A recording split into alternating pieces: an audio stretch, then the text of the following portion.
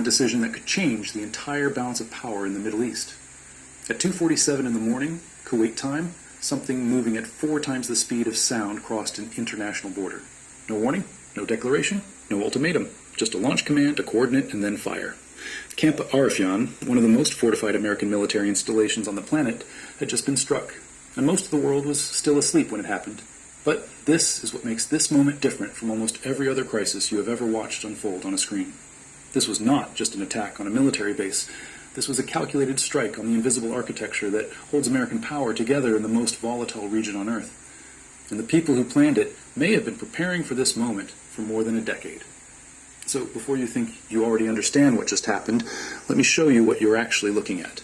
Camp Arifjan is not a base in the way most people imagine a base. It is not just soldiers, fences, and vehicles sitting in the desert. It is the central nervous system of American military logistics across the entire Middle East theater. It houses what the Pentagon calls Army Prepositioned Stock 5, a forward cache of armored vehicles, heavy ammunition, and combat equipment capable of outfitting a full combat brigade in 72 hours without a single ship crossing an ocean. It processes billions of dollars in military material every single year. It sits about 55 kilometers south of Kuwait City, close enough to matter, far enough to feel safe, or at least it did, because when that missile crossed the border, 3 invisible lines were crossed at the same time. A military threshold, a political threshold, and a psychological threshold. None of them have a clean reset button, and none of them can simply be crossed back over.